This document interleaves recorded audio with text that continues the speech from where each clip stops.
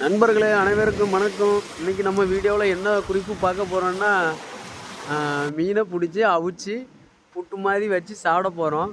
நமக்கு இன்றைக்கி 6 பாறை மாட்டியிருக்கு. நமக்கு தகுந்தாப்புல ஒரு கத்தியும் ஒரு கட்டையும் எடுத்துக்கிட்டேன். கடைக்கு கொண்டு போய் கிளீன் பண்ணால் அதுக்கு 100 ரூபா கேட்பாங்க கன்ஃபார்மாக. அது நம்மளே வீட்டில் வெட்டிக்கலான்ட்டு வெட்டி கிளீன் பண்ணுறேன்.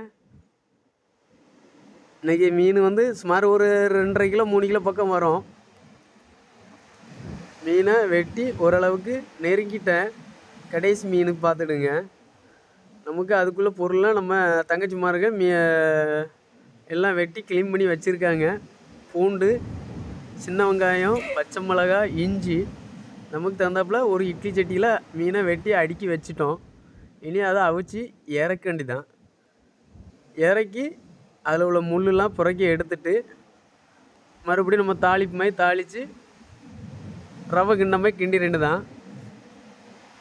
வேறு லெவலுங்க. பிடிச்சிருந்தா ஒரு லைக்கை போட்டுடுங்க.